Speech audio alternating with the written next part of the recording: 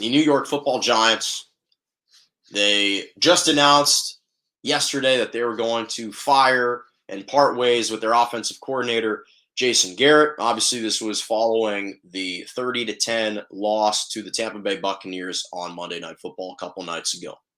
So, this Giants offense, let's first just start with the obvious. Let's state the obvious. It's been awful this year. They've been just woefully bad. They've been not only depleted at times with injuries plaguing this team, but the personnel just hasn't gelled, I think, that the way that this whole organization has wanted it to. And this year, their offense is bottom 10 in the league. Their passing attack is bottom 10.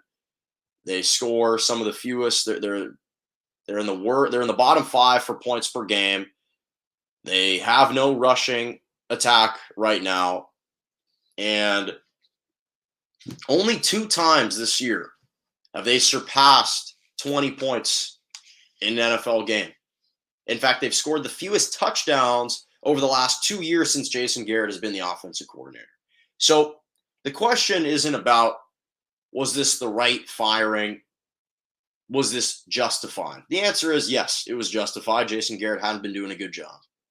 He hadn't been able to inspire and call the most creative plays to help elevate all the offensive personnel. Now, obviously, he was hired the same year that Joe Judge was hired as the head coach. And the cachet that Jason Garrett came into this job with was being the former Dallas Cowboys coach for 9 years. And he was 87-70 overall, like 85-68 or 64 in the regular season.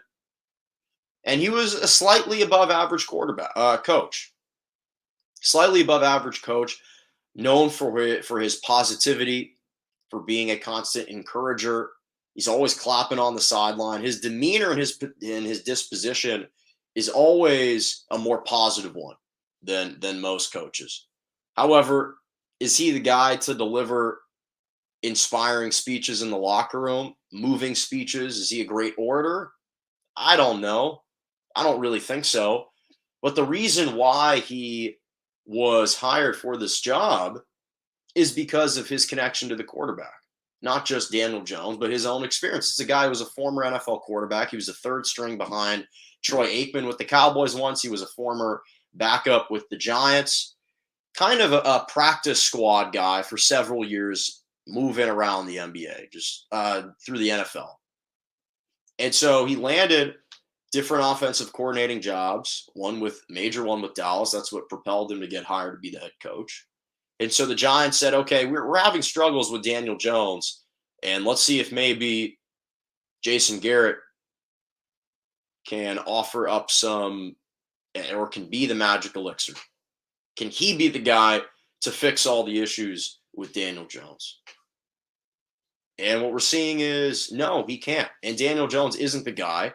But from the Giants' perspective, they're saying, okay, Jason Garrett isn't elevating the level of play of Daniel Jones. Let's throw someone else in there to at least evaluate whether or not he could thrive under another offensive coordinator. And that's why now they've elevated and promoted Freddie Kitchens to be the new offensive coordinator. And last year he got elevated to assistant offensive coach or whatever BS title that is. And in fairness, Freddie Kitchens helped raise the level of play for Baker Mayfield when he was the offensive coordinator with the Browns. So it's possible that they may have a different outlook on Daniel Jones for the last 7 games of the regular season. That's what they want to find out. They want to truly determine and decipher whether or not Daniel Jones can be a starting quarterback in the NFL. So far through the first 10 games of this year, he's 21st in passing yards, 9 touchdowns, 7 interceptions under Jason Garrett, 64% completion percentage, which isn't bad. He's improved marginally when it comes to his accuracy, but there's no wow numbers, there's no wow factors with him. So they figure, hey, let's give this guy another chance, but at least under a guy in Freddie Kitchens.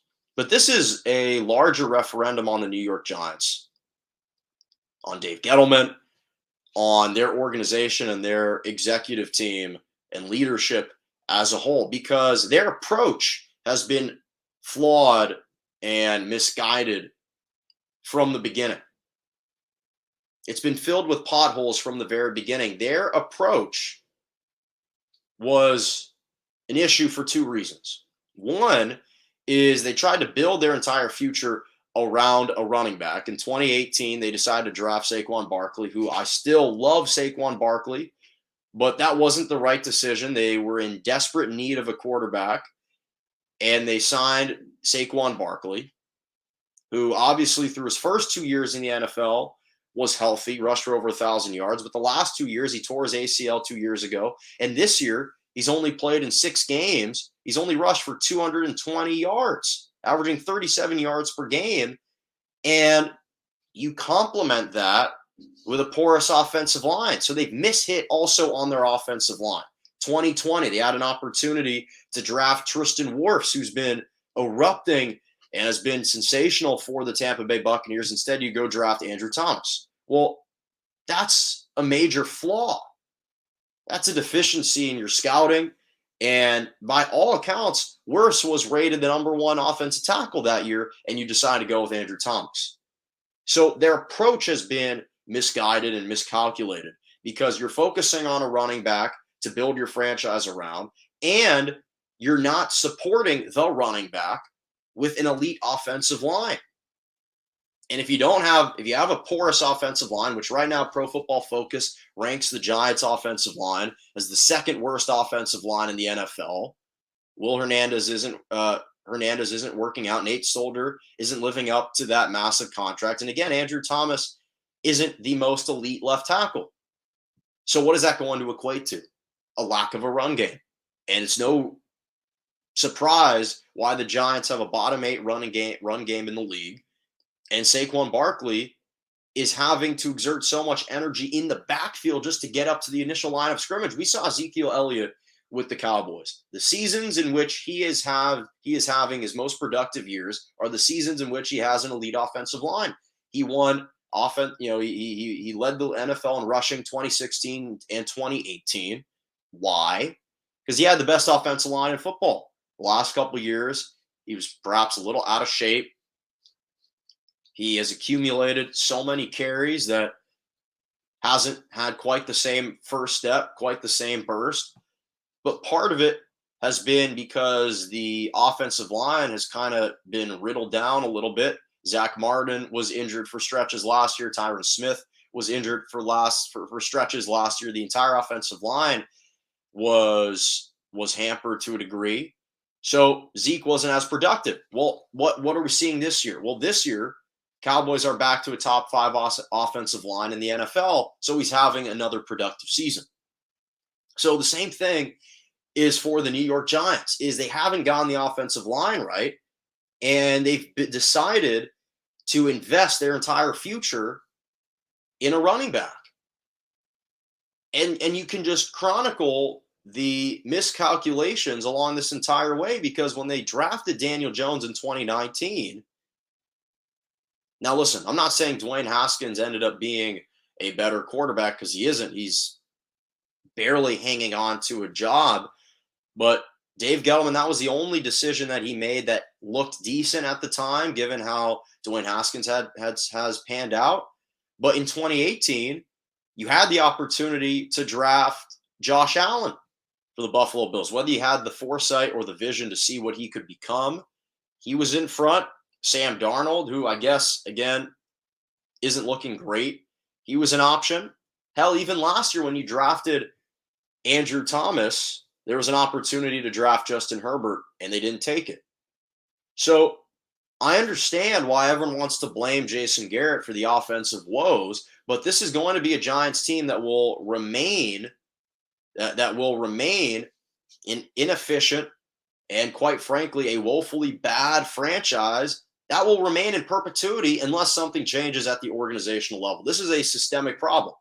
This is a problem with the organization, with the institution that is the New York Football Giants. Everyone wants to use Jason Garrett as the scapegoat, and it's justified from the offensive side.